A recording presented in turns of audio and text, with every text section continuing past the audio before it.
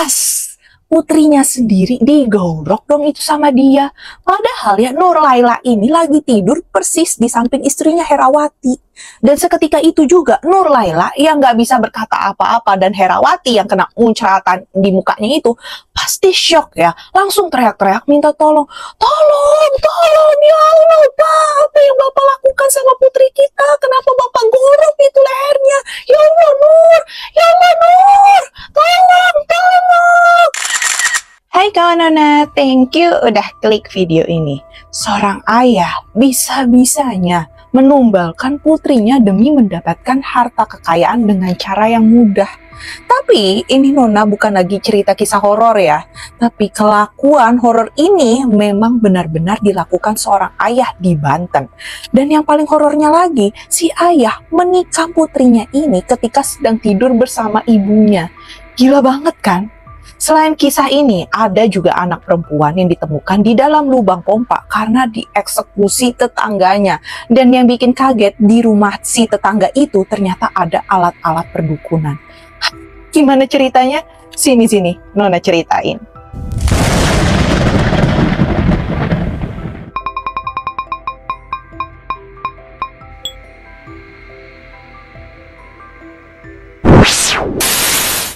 Sebelum mulai ceritanya, Nona mau disclaimer dulu ya. Cerita ini tuh dibuat berdasarkan berita-berita yang sudah beredar dan diterbitkan oleh beberapa media publik yang Nona rangkum dan ceritakan kembali dalam bentuk alur cerita. Agus adalah seorang pria yang berusia 30 tahun, telah menikah dengan Herawati yang berusia 26 tahun. Mereka tinggal di kampung Cibarukbuk, Desa Citaman, Kecamatan Ciomas, Kabupaten Serang, Banten. Agus dan Herawati sudah dikaruniai 2 orang anak.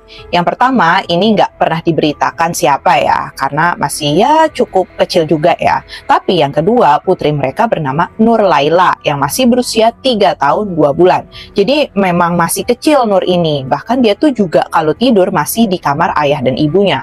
Agus dikenal sebagai sosok yang rada kurang gaul gitu. Dia ya kalau sama keluarganya masih ngobrol, tetapi kalau sama tetangga kurang gitu. Juga ya nggak terlihat kalau dia tuh ngumpul-ngumpul atau nongkrong sama warga lainnya. Di keluarga ini yang jadi tulang punggung adalah Herawati, sang ibu. Dikatakan Agus ini sebelumnya pernah bekerja jadi buruh tani atau pemetik kelapa. Tapi entah apa alasannya dia tuh berhenti dan nggak kerja lagi. Nganggur nih si Agus. Hubungan rumah tangga Agus dan Hera juga biasa-biasa aja. Walaupun ya yang kerja Hera nggak pernah tuh terdengar cekcok masalah rumah tangga keduanya. Hanya ya si Agus ini suka curhat sama saudaranya. Bagaimana dan kemana gitu cari uang. Ya paling ditanggepinya ya kalau mau punya uang ya harus kerja. Ya iyalah Gus, mau punya uang ya harus kerja tuh, masa ngepet. Aneh emang si Agus ini ya. Dan Herawati pun harus bekerja sebagai buruh harian untuk menghidupi keluarganya. Karena Herawati bekerja, tentu Nur ini memang biasa diasuh sama sang ayah, si Agus itu ya. Jadi sehari-harinya sama si Agus. Terlihat nggak ada yang aneh. Agus juga dipandang tuh sangat sayang sama Nur Laila. Kalau Nur nangis, pasti langsung dibujuk sama Agus. Digendong gitu kan kemana-mana. Pokoknya kelihatan banget kalau Agus ini tuh kebapaan yang sayang anak. Nggak pernah marah apalagi sampai memukul anak. Tapi ya sebagai bapak rumah tangga, Agus ini tuh kayak kurang kerjaan gitu. Pertama, kerjanya tuh paling ya cuma nyantai aja, muter-muterin keliling kampung, ngerokok, sama ngopi. Dan ini nih yang paling kurang kerjaan. Agus ini suka banget ziarah-ziarah ke makam-makam keramat. Ngapain si Agus? Jadi si Agus ini ternyata tuh otodidak alias belajar sendiri ilmu kebatinan. Ya dengan cara ziarah ke makam keramat sekitar daerah Banten. Nah, buat apa sih si Agus ini belajar ilmu kebatinan? Ya menurutnya untuk mendapatkan uang dengan cara cepat tanpa harus bekerja keras. Lagi-lagi motifnya ekonomi ya Dir. Emang duit tuh nggak ada saudaranya ya. Karena sering muter-muter keliling kampung yang gak ada juntrungannya, si Agus ini suka dianggap rada gak waras sama tetangga-tetangganya. Dan dari sinilah Agus ini mengaku sering mendapatkan bisikan-bisikan gaib. Pernah suatu waktu Agus ini minta dibelek perutnya. Dan katanya dari perutnya itu bisa keluar uang. Dia ngomong gini ke orang tuanya, "Belek nih perut saya isinya uang." Orang tuanya ya mana mau Tahu kan? Itu tuh sampai dikejar-kejar gitu orang tuanya sama si Agus. Terus orang tuanya itu lari ke rumah saudaranya yang bernama Sony. Ya kali kan, emang udah nggak waras ini.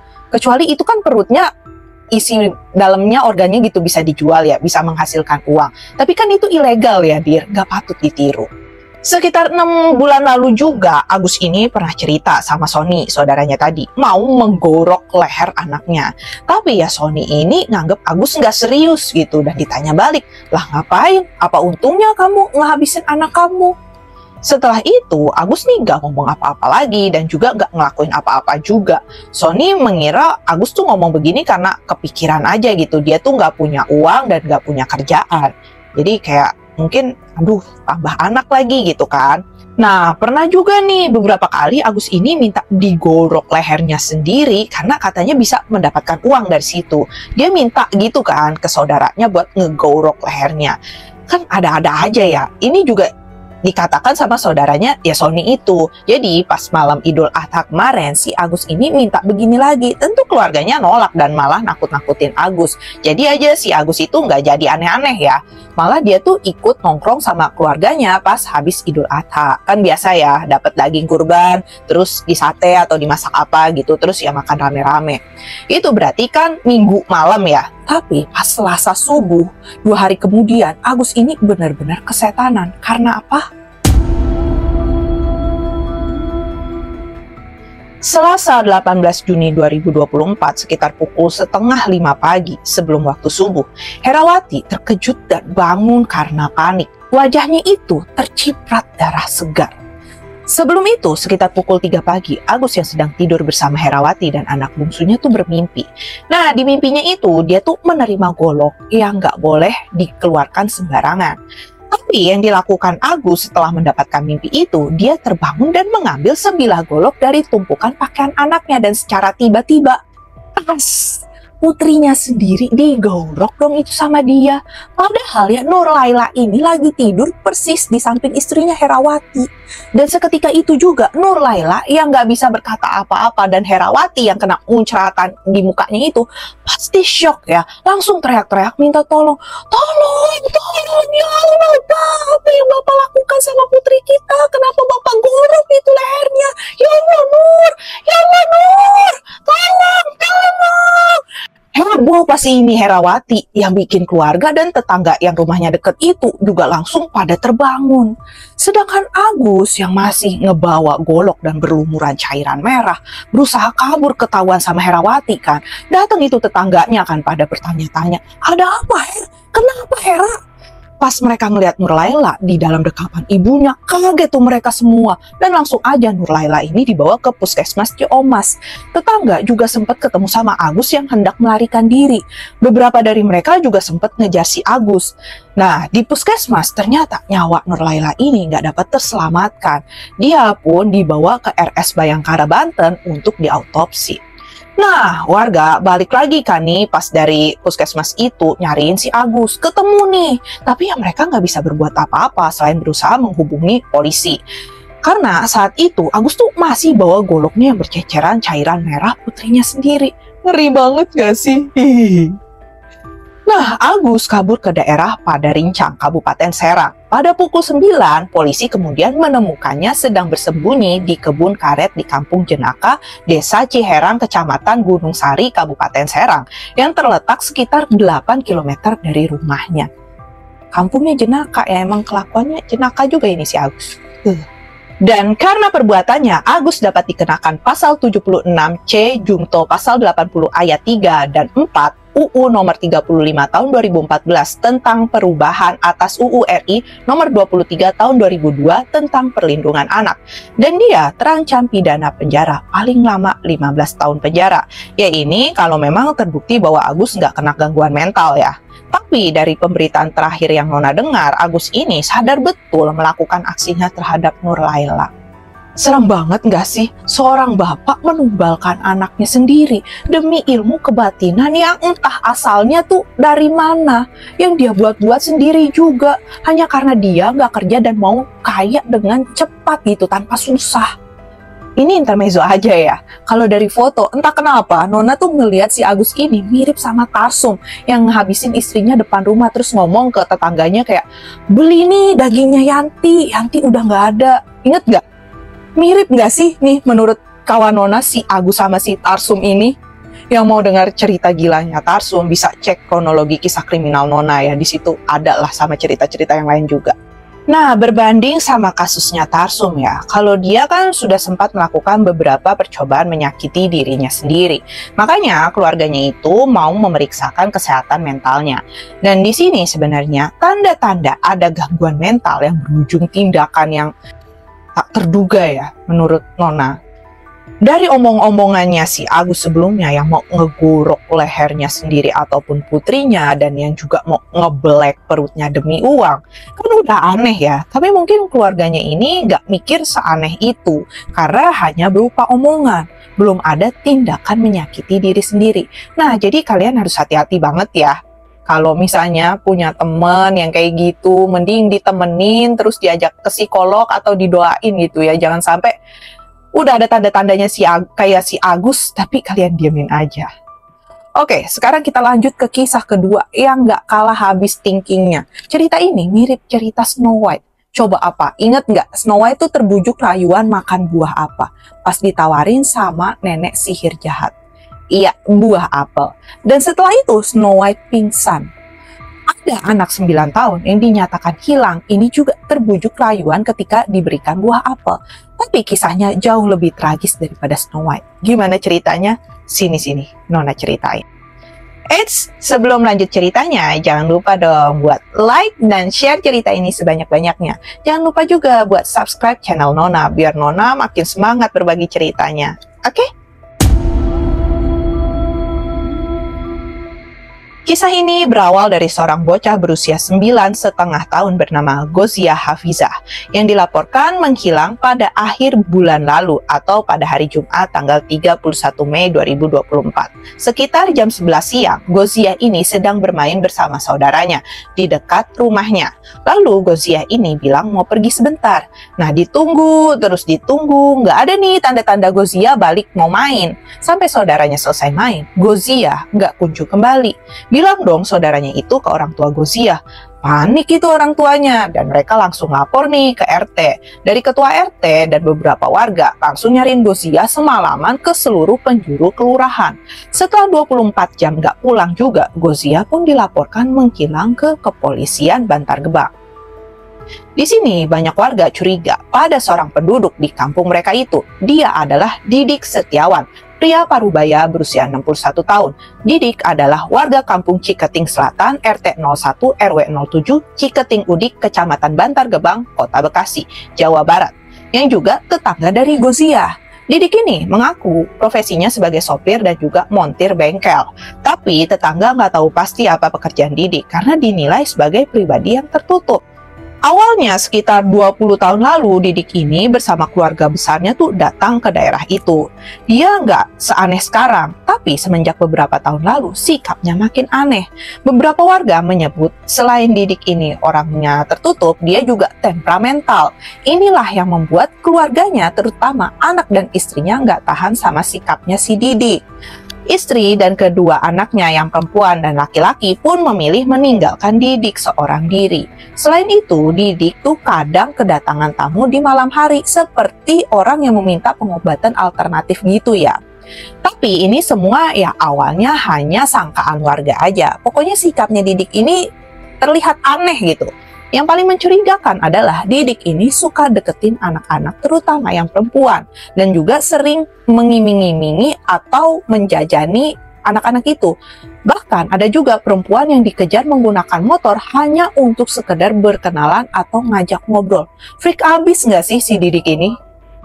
Warga yang curiga sama Didik pun pada tanggal 1 Juni 2024 masuk aja nih ke rumah Didik. Entah itu caranya digeledah atau ya sebenarnya mereka berpura-pura bertamu gitu ya ke rumahnya Didik. Nah, rumah Didik ini emang cukup dekat dari rumah Gozia, hanya sekitar 100 meter jaraknya.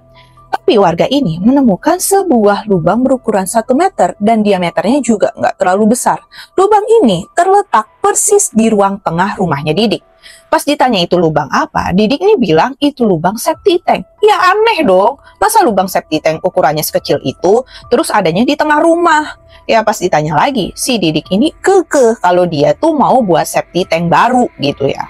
Dari sinilah warga makin curiga dan melaporkan penemuan lubang itu ke kepolisian Bantar Gebang. Tim dari Polsek Bantar Gebang dan Polres Metro Bekasi Kota pun mendatangi rumah Didik pada Minggu 1 Juni 2024 dini hari. Jadi langsung ya malamnya setelah siangnya ada laporan dari warga. Nah, saat pemeriksaan itu, polisi kan menyisir seluruh bagian rumahnya Didik, bahkan sampai ke pekarangan rumahnya. Gak ditemukan apa-apa tuh di lubang yang ada di ruang tengah rumahnya Didik. Tapi akhirnya baru ditemukan ada mayat korban yang terbungkus karung putih di dalam lubang pompa jet pump di bagian belakang rumah. Dan mayat itu benar adalah Gozia Hafizah yang dinyatakan hilang sejak kemarin. Lalu apa yang sebenarnya terjadi pada Gozia? Hari di mana Gozia sedang bermain dengan saudaranya di tanggal 31 Mei 2024, Gozia ini melihat Didik Setiawan naik motor menuju rumahnya. Maka itu Gozia ini izin sama saudaranya untuk pergi sebentar. Ya, Gozia ini mengikuti Didik sampai ke rumahnya dan memang berniat bertemu Didik. Kenapa? Karena selama ini Didik itu suka ngasih jajan Gozia. Bahkan sudah 4 kali Gozia dikasih uang sama Didik. Jadi suka dikasih tuh duit sama si Didik ya. Besarannya sekitar 5-15 ribu rupiah. Ya sebenarnya nggak terlalu besar ya. Tapi untuk anak kecil lumayan lah ya. Itu bisa buat jajan seharian kan. Dan Gozia pikir mungkin Didik hanyalah sosok kakek yang baik hati. Makanya barangkali kalau Gozia ketemu Didik lagi, dia akan diberikan sesuatu. Ah, itu Pak Didik baru pulang. Coba samperin siapa tahu dapat uang jajan lagi. Pikirnya Gozia saat itu. Dan bener aja, Didik yang menyadari Gozia mengikutinya pun mengundang Gozia untuk masuk ke rumahnya Didik. Didik mengiming-imingi Gozia dengan sebuah apel. Gozia pun dengan senang hati makan apel sambil nonton TV di rumahnya Didik. Tetapi Didik memang macam nenek sihir di Snow White yang punya niatan buruk. Entah gimana itu dia bisa ngebuat Gozia di rumahnya dari siang sampai malam. Dan sekitar pukul 10 malam di mana Gozia ini sebenarnya lagi dicariin orang tua dan warga desa lainnya, si Gozia ini malah dianuin sama Didik dengan modus membuka baju pakaiannya Gozia.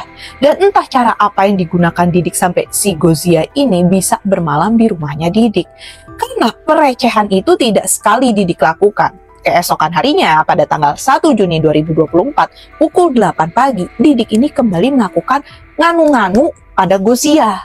Setelah melakukan hal amoral itu, pada pukul 10 pagi pun Didik mengeksekusi Gozia dengan menutup mulutnya menggunakan bantal. Dan tangan kanannya juga tuh mencekik Gozia. Setelah itu, Gozia dimasukkan ke dalam karung beras yang untuk ukuran 50 kg. Awalnya memang Gozia ini mau dikubur sama Didik di lubang ruang tengah rumahnya yang tadi ditemukan sama warga itu ya. Tapi entah kenapa Didik ini malah memilih mengubur Gozia di dalam lubang pompa jet pump dengan kedalaman 2,5 meter. Dan ya tadi dimasukkan ke karung lalu diikat dan dikubur di lubang pompa air itu ya. Mungkin gak muat kali ya di lubang tengah. Setelah siangnya warga curiga dan sempat mendatangi rumah Didik, di dini hari sekitar pukul 2 malam tanggal 2-nya, polisi ini menemukan jasad Gozia dalam karung. Di dalam rumah itu, polisi juga menemukan bekas cor-coran semen baru dan membuat polisi serta warga tuh jadi curiga. Digali deh itu kan, tapi sampai 1 meter, polisi tuh nggak menemukan apa-apa. Polisi juga menurunkan anjing pelacak untuk menyisir rumahnya Didik. Takutnya ada korban lain. Tentunya waktu Didik ini ditangkap, awalnya Didik ini kayak sok nggak tahu apa-apa gitu. Tapi begitu ditemukan bukti adanya Gozia di situ, langsung aja itu dia dihajar warga dan bapaknya Gozia sampai babak belur. Di kepolisian saat dimintai keterangan, Didik ini nggak ngaku kalau dia telah melakukan kekerasan seksual gitu ya.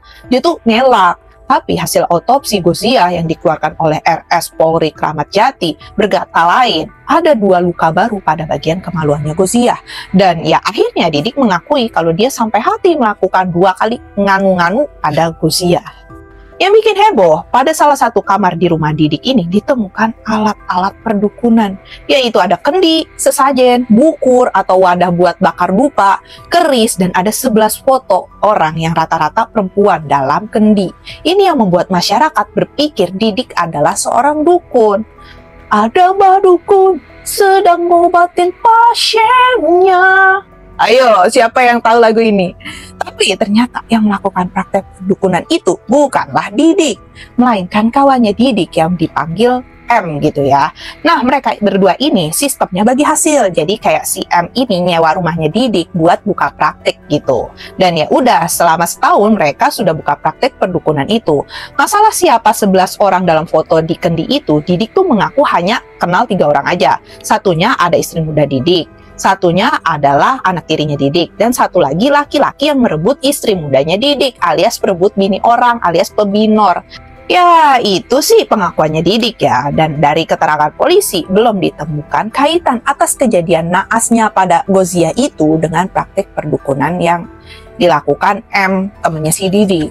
Dan dia jujur ya, rada susah juga kan untuk ditemukan bukti konkret keterkaitan kasus ini dengan hal perdukunan. Kayak, dari mana kan kita nggak tahu beneran itu jadi tumbal atau enggak.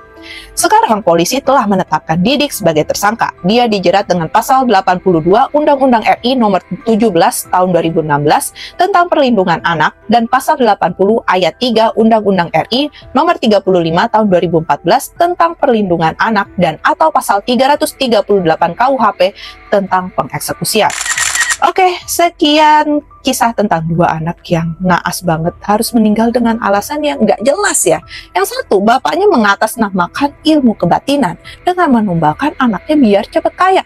Yang satu, pedo aneh yang disinyalir numbalin perempuan-perempuan dengan berbagai rentang umur ya. Walaupun dalam keterangannya dia menolak ya kaitan kasus ini dengan perdukunan. Nona nggak mau nyalahin siapapun ya atas kasus ini. Tapi memang kita sebagai orang tua benar-benar harus prepare banget tentang kehidupan seorang anak. Karena anak itu kan amanah ya, jadi tanggung jawab buat orang tuanya. Gimana kasus pertama yang Nona lihat? Mungkin Agus ini tuh merasa keberatan dengan hadirnya anak keduanya itu, anak bungsunya. Gimana ya, dia nggak punya uang dan pekerjaan, tapi ya ada anak keduanya jadi beban kan buat dia. Tentu mumet dong ya, tapi ya balik lagi kan, bukan salah anaknya. Yang bikin kan juga dia. Jadi, terus anaknya lahir, ya tanggung jawab lah.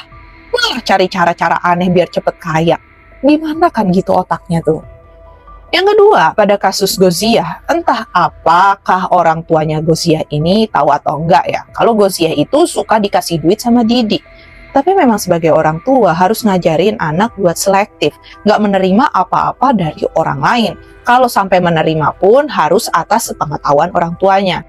Karena kan takut ya, ada udang di balik bakwan. Maksudnya udang di balik batu, kalau bakwan mah enak ya. Dan ya, kejadian ini sama kayak Gozia, yang ada kakek-kakek, pedo, dan freak punya niatan yang buruk. Walaupun itu dia tetangganya sendiri yang udah kenal lama, tapi ya anak nggak bisa dilepas gitu aja. Gimana menurut kawan Nona kasus kali ini? Kamu bisa langsung komen apa pendapatmu dan juga bisa kasih rekomendasi kasus-kasus apa lagi yang pengen Nona bahas.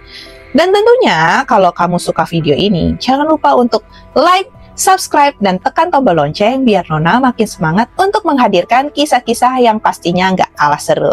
Untuk kita bahas bareng-bareng ya. Bye! La la la la la la la.